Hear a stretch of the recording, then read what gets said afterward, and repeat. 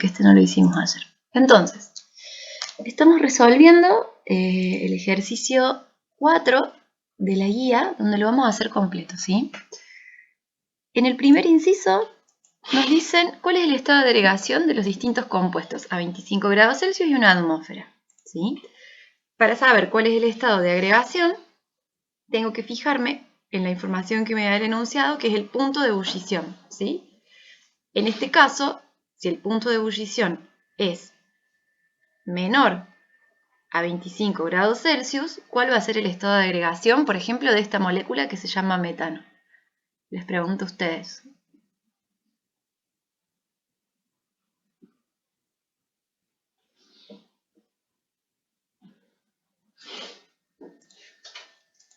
¿Qué les parece?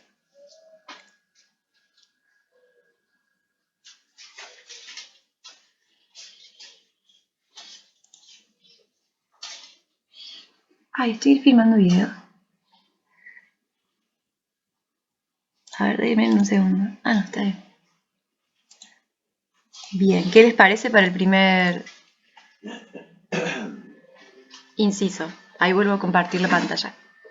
Si puede ser que alguien hable por el micrófono.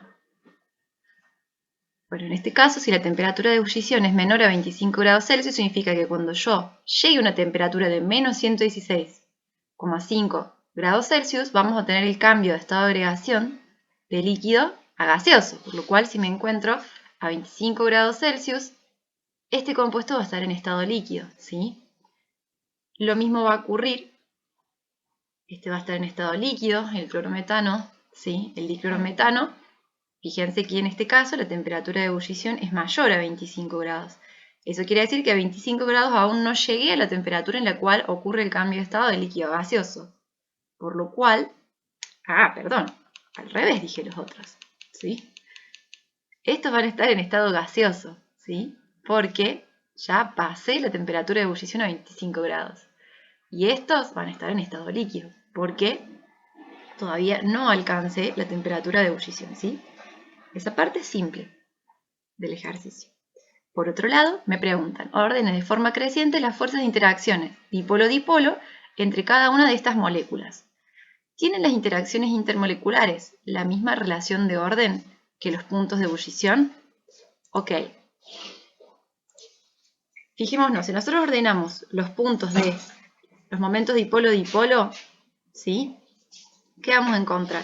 Que los que tienen menor momento dipolar son, vamos a escribirlo así, momento dipolar va a ser el metano, que es 0 y que es igual al momento dipolar del tetracloruro de carbono, ¿sí? Luego le va a seguir el momento dipolar del cloroformo, que es el que tiene 3 cloros. Luego le sigue el momento dipolar del diclorometano, que es el que tiene 2 cloros. Y por último, el momento dipolar del clorometano, ¿sí? O sea que si nosotros nos fijamos en los momentos dipolares de las moléculas, vemos que este orden no sigue el orden de los puntos de ebullición, ¿sí? Ahora bien, ¿qué significa esto? Sabemos que los puntos de ebullición son una medida de las fuerzas intermoleculares, ¿sí? Entonces, si los momentos dipolares no siguen la misma tendencia que los puntos de ebullición, esto nos está mostrando que tiene que haber otras fuerzas intermoleculares que sean de importancia, ¿sí? ¿Cuáles van a ser esas fuerzas? Y bueno, ya nos dieron la polaridad de todas las moléculas, ya conocemos cuál es la magnitud de las fuerzas dipolo-dipolo. ¿Qué otro tipo de fuerzas de interacción conocen? ¿Se animan a decir por el micrófono?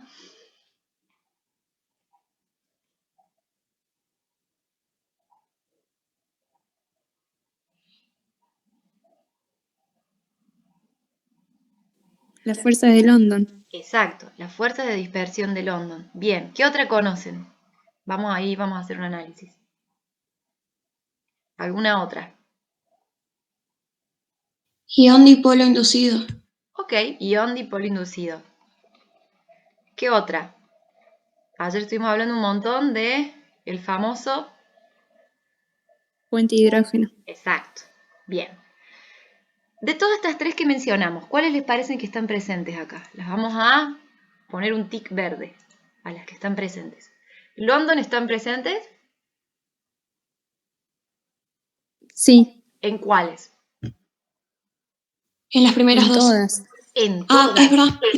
No, está bien, no importa. London está presente en todas porque si tengo electrones, tengo fuerza de dispersión de London, ¿sí?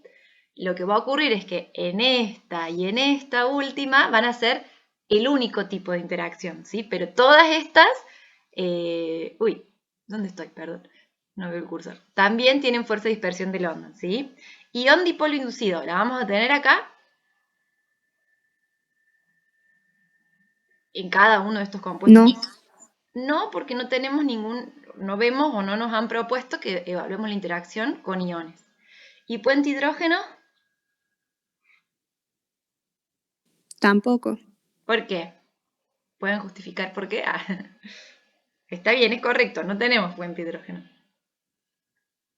Porque no tengo oxígeno o flúor o nitrógeno unido a un hidrógeno. Exacto, si no tenemos alguno de estos tres grupos o tipos de enlaces, no tenemos puente hidrógeno. Y esto no ocurre en ninguno de estos casos, ¿sí?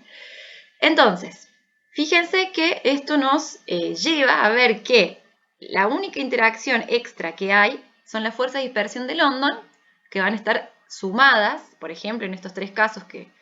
Ay, no veo el cursor. Acá. Que van a estar sumadas a estas, ¿sí? Y algo que es muy importante es que las fuerzas de dispersión de London dependen del peso molecular de la especie, ¿sí? Entonces, fíjense que es interesante. Si nosotros vamos cambiando un átomo de nitrógeno que pesa 1 gramo por mol, ¿sí?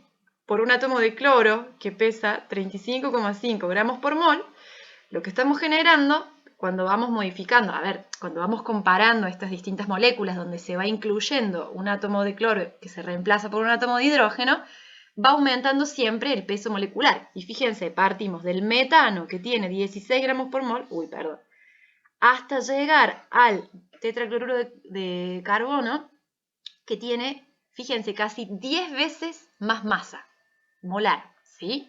Es una diferencia enorme. Y fíjense que hay una correlación entre el aumento del punto de ebullición, ¿sí? No escribí todos los pesos moleculares, molares, pero esa correlación sigue con el peso molecular, ¿sí? Molar. Entonces, ¿qué quiere decir esto? A ver, lo que nosotros hacemos es interpretar las propiedades de los líquidos. Si yo ya tengo los puntos de ebullición, yo ya sé cuál va a tener más fuerza intermolecular que cuál. Entonces, si yo ordeno los puntos de ebullición en orden creciente, digo, acá hay una relación de fuerzas intermoleculares crecientes. Lo último que me falta hacer es decir, bueno, ¿cómo puedo justificar eso con lo que aprendí en la materia? Y bueno, conozco todas estas fuerzas que ustedes me fueron indicando, que está muy bien, ustedes me fueron describiendo cuáles conocimos. Pero tengo que fijarme cuáles están presentes y cuáles no. Entonces sé que las dipolo-dipolo están presentes, pero si yo ordeno las fuerzas de dipolo-dipolo, ya vimos que no sigue la tendencia de los puntos de ebullición. Eso quiere decir que además de esas, las fuerzas de dispersión de London son de importancia. Es más, fíjense que el compuesto que tiene mayor punto de ebullición, ¿sí? Es decir, que tiene las fuerzas intermoleculares más grandes, es el tetracloruro de carbono, que es un compuesto apolar, ¿sí? Y que por lo tanto,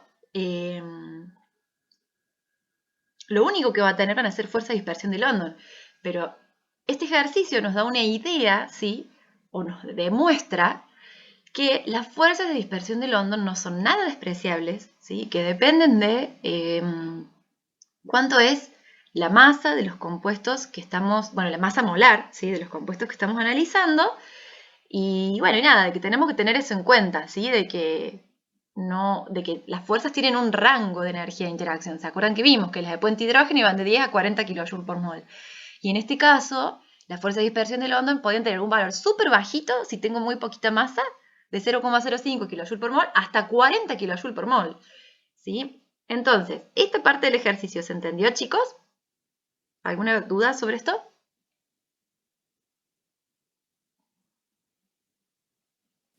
Se entendió, profe. Bueno, quiero hacerles un agregado más antes de que pasemos al otro ejercicio. Si nosotros vemos los gases del grupo 17, los gases diatómicos, perdón, no los gases, los compuestos diatómicos, flúor, cloro, bromo y yodo, en el libro Atkins dicen que, fíjense, son todos compuestos diatómicos, ¿Cómo van a ser estos compuestos? ¿Polares, apolares? ¿Qué opinan? Apolares. Exacto, van a ser todos apolares porque van a constar de, bueno, con sus respectivos electrones no enlazantes que no voy a dibujar. ¿Sí? Van a ser todos apolares porque tengo moléculas, átomos iguales, no va a haber diferencia de electronegatividad, no puede haber un momento dipolar de enlace. Bueno, fíjense, si yo me voy moviendo de uno a otro, que va aumentando bastante el peso molar, este compuesto a temperatura ambiente y una atmósfera de presión es gaseoso. Este también. Este es líquido y este es sólido. Esto es un ejemplo que hay en el libro Atkins, donde acá vemos que tenemos moléculas súper sencillas, ¿sí? Diatómicas, donde uno diría, son todos gases, qué sé yo, porque uno pareciera que todo lo que es diatómico es todo gas, pero no, ¿sí? El yodo particular, que es sólido, digamos, tiene una volatilidad importante. Si no me equivoco, hubieran hecho laboratorio 1, creo que hubieran visto, no me acuerdo, yodo, pero en fin, no importa. Lo que nos interesa es ver es que a medida que en estas moléculas que son súper simples, se va modificando, en definitiva, la temperatura de ebullición y la temperatura de fusión también, ¿sí? De modo que pasamos de moléculas de muy bajo peso molecular en estado gaseoso a moléculas que van subiendo su peso molar y ya pasan al líquido y al sólido. Voy a cortar el videito.